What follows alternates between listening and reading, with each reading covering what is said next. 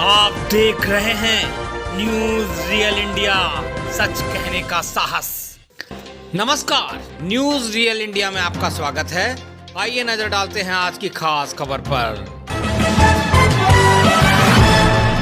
दिग्गज नेताओं ने नामांकन में पर्चे किए दाखिल।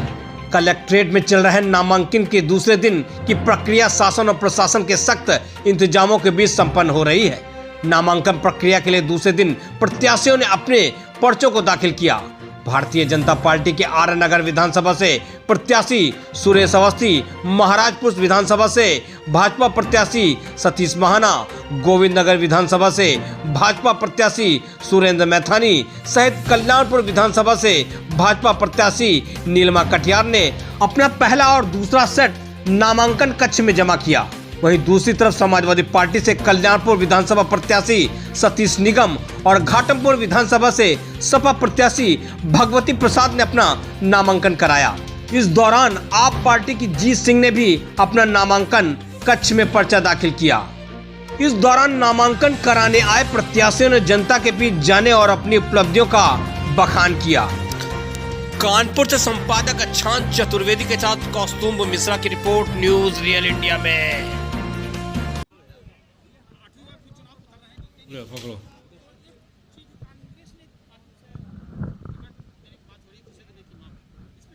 देखिए, कांग्रेस किसी को भी टिकट दे, कांग्रेस में प्रत्याशी नहीं है। कांग्रेस अपनी पहचान, जैसे में कांग्रेस ने लोक विधानसभा के चुनाव शुरू है तो उन्होंने कहा कि जो 11,000 रुपए देकर फार्म भरेगा तो उसको प्रत्याशी के बारे में सोचेंगे।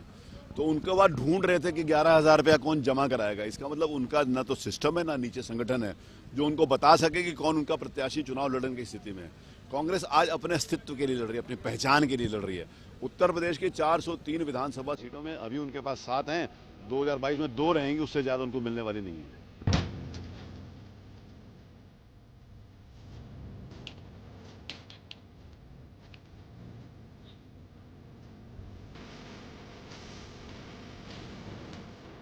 देखिए, लोकतंत्र में मुद्दों के ऊपर चुनाव, लोकतंत्र में आपने क्या काम किया, क्या कर सकते हैं, उसके ऊपर चुनाव होना चाहिए। लोकतंत्र में पार्टी की नीतियों और के हालात के ऊपर चुनाव होना चाहिए। किसी भी प्रकार की कोई भाषा वो चुनाव आचार संहिता के अनुरूप भी नहीं हो और व्यक्ति के स्वभाव के अनुरूप, मर्यादाओं में हर व्यक्ति को रहना चाहिए।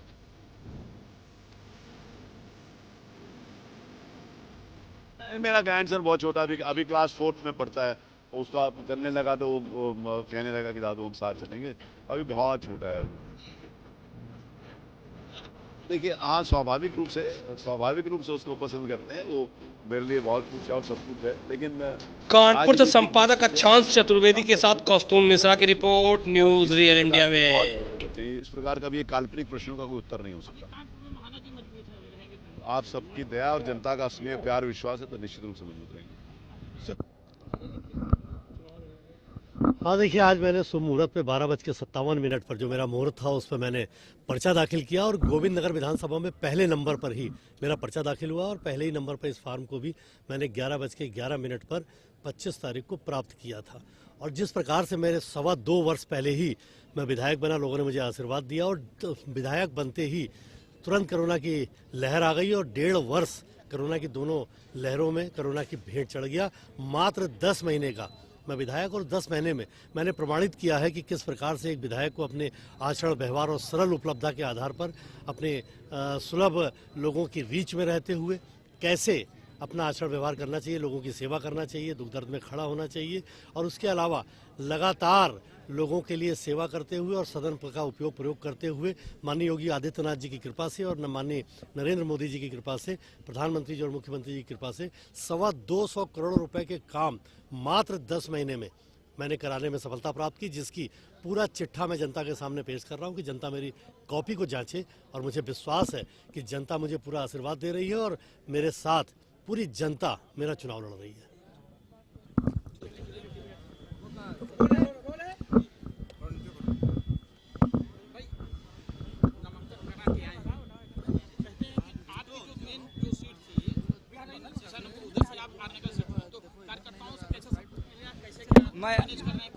मैं आपको बता दूं, मैं इसी विधानसभा का रहने वाला हूं और इस विधानसभा का 2007 में विधानसभा का संयोजक था और मेरी सारी शिक्षा दीक्षा सब चीज़ें यहीं पर हैं।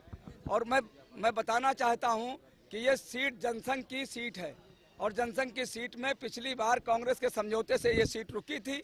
और मैं भारतीय जनता पार्टी का सिपाही हूँ। भारतीय जनता पार्टी के नेताओं ने जहाँ पर हम सब लोगों को लड़ने का निर्देश किया, मैं लड़ रहा हूँ। लेकिन ये परंपरागत, मैं वोटर इसी विधानसभा का हूँ और मैं आपको बताना चाहता हूँ कि जनता में बड़ा उत्साह है और ये सीट वापस बीजेपी के खाते में जाने वाली है।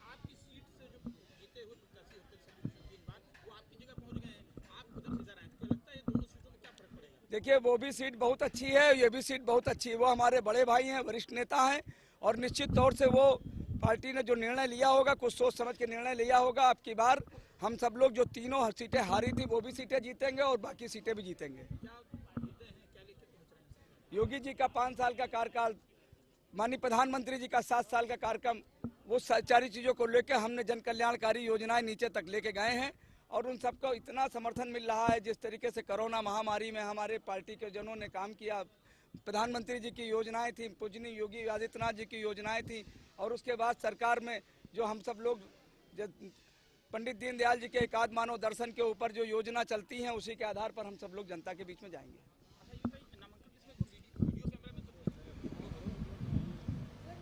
अब आश्वस्त तो बहुत हैं, मैंने काम भी बहुत किए हैं और आश्वस्त होने का एक ये भी आधार है कि मेरे कल्याणपुर के लोगों से परिवार के रिश्ते हैं और मेरा मानना है कि परिवार के रिश्ते भी जीतेंगे और हमारा काम भी जीतेगा।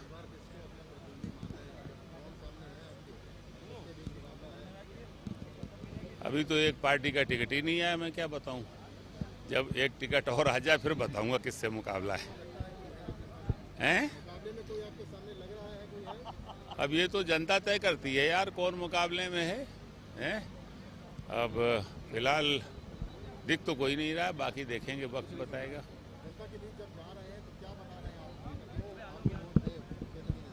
मैंने पहले भी अपने कार्यकाल में बहुत सारे काम किए हैं। इस कानपुर मेट्रो का शिलान्यास कराने वाले हम, कार्डियोलॉजी में को एक्सपेंड करा के सैकड़ों बेड बढ़वाए मैंने, एयर कंडीशन ओपीडी बनवाई, 100 बेड का न्यूरो साइंस सेंटर हमने हैलट में बनवाया और साथ ही साथ आपकी गंगा बैराज से लखनऊ जाने का रास्ता बनाया। साथ ही साथ मैंने 660 मेगावाट का पनकी का पावर प्लांट लाए। इसके अलावा मैंने HBTI को यूनिवर्सिटी बनवाया और रामा हॉस्पिटल को मैंने यूनिवर्सिटी बनवाया और सड़कें गलियां सारी बनवा दी, कोई छोड़ी नहीं। और बहुत सारे काम व्यक्तिगत किए लोगों के। बहुत से लोग जो अपने छोटे छोटे कामों के लिए परेशान होते थे उनके लिए दफ्तर खोल के बैठा पूरे 5 साल। और लोग मुझे सोते से भी आकर के सुबह 6 बजे और 4 बजे सुबह जगा लेते थे। तो इसलिए अरे होता है कभी, अब जनता है, कभी गलती कर गई है ना। अब गलती हो गई तो लोग रियलाइज़ कर रहे हैं कहीं गलती हो गई और अब गलती को ठीक करने की बात भी हमारे सभी भाई कह रहे हैं, सारी बहनें कह रही हैं। तो अब मैंने तो कल्याणपुर को परिवार की तरह से हमेशा लिया है और आज भी मेरा परिवार हो, जब तक मेरी एक भी सांस है कल्याणपुर के लोग मेरे लिए परिवार की तरह से ही रहेंगे।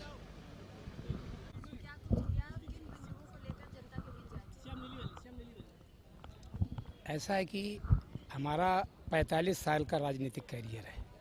हम किंग मेकर रहे हैं। हम 20 लोगों को MLA और 10 लोगों को MP बना चुके हैं, जाने कितने लोगों को मिनिस्टर बना चुके हैं। और मेरा मुद्दा ये है कि जो जाति व्यवस्था के शिकार लोग हैं इनको न्याय दिलाना, भारत को स्वर्णिम भारत बनाना और जो अन्यायपूर्ण व्यवस्था है, अन्यायपूर्ण संपत्ति, अन्यायपूर्ण वितरण, अन्यायपूर्ण भागीदारी, इसको न्यायपूर्ण बनाना। 2 लोगों के हाथ में पूरा देश जा रहा है। सरकारी संस्थान बिकते चले जा रहे हैं। नौजवानों को आउटसोर्सिंग के बहाने से 7,000 में पढ़े लिखे नौजवान वो 4th क्लास में नौकरी कर रहे हैं। 30,000 बिचौलिए खा रहे, 20,000 उनका, और क्लास 3 में मात्र उनको 9,000 8,000 रुपया दिया जा रहा है। बीच वाले बिचौलिए सब खाए दे जा रहे हैं। जो माता पिता ये सोचता है कि हमारा बच्चा बुढ़ापे का सहारा बनेगा, कर्ज लेकर के बच्चों को पढ़ाते हैं और उनका भविष्य क्या होगा जब उनके ऊपर ब्याज पर ब्याज चढ़ता चला जाएगा। 9,000 से वो कैसे बच्चों को अपने पालेगा, कैसे किराए पर मकान लेगा, कैसे बच्चों को पढ़ाएगा, कैसे कर्ज देगा। ये पूरा देश का नौजवानों का भविष्य अंधकार में जा रहा है। सरकारी संस्थान बिकते चले जा रहे हैं। हाँ, दूसरे दल में थे, लेकिन हम पहली बार 93 में सपा बसपा के अलायंस में भोगनीपुर से विधायक बने थे और वो हमारा 65% भाग भोगनीपुर का घाटमपुर में शामिल हो चुका है। तो हमारा तो ये पुराना क्षेत्र है। और अखिलेश यादव जी, चूँकि बाबा साहब को जो झटका लगा था सम्मान का, इसी कारण आज हम लोग यहाँ जो खड़े हुए हैं, अगर बाबा साहब को धक्का न लगता तो हम लोग शायद जो उन्होंने मूवमेंट चलाया तो हम यहाँ पर ना पहुँच पाते। और अखिलेश यादव जी को अगर मुख्यमंत्री आवास जब खाली किया था, अगर गंगा जल से ना धोया जाता और टोटी चोर और पता नहीं किन किन शब्दों से उनको कलंकित किया गया, ये अखिलेश यादव का अपमान नहीं हुआ था, बल्कि पूरे समाज का, जाति व्यवस्था के शिकार लोगों का पूरे समाज का अपमान हुआ था। भाजपा छोड़ने की कथनी करनी में बहुत बड़ा अंतर है। 79,000 टीचर की भर्ती में 19,000 सामान को दे दिया।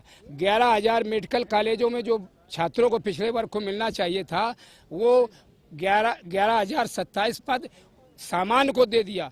मतलब धीरे धीरे आरक्षण खत्म कर रहे, प्रजातंत्र को खत्म कर रहे, संविधान को खत्म कर रहे। सिर्फ वोट लेने के लिए हिंदू बना देते हैं और बाकी जब वोट ले लेते हैं तो अछूत बना देते हैं। इसलिए अब ये नारा नहीं चलेगा। अब इस देश में समाजवाद, डॉक्टर राम मनोहर लोहिया और परम पूज्य बोध सत्य बाबा साहब भीमराव अंबेडकर, ये दो विचारधारा एक हुए हैं और ये प्रधान से लेकर के प्रधानमंत्री की कुर्सी तक अब इसी विचारधारा का आदमी बैठेगा।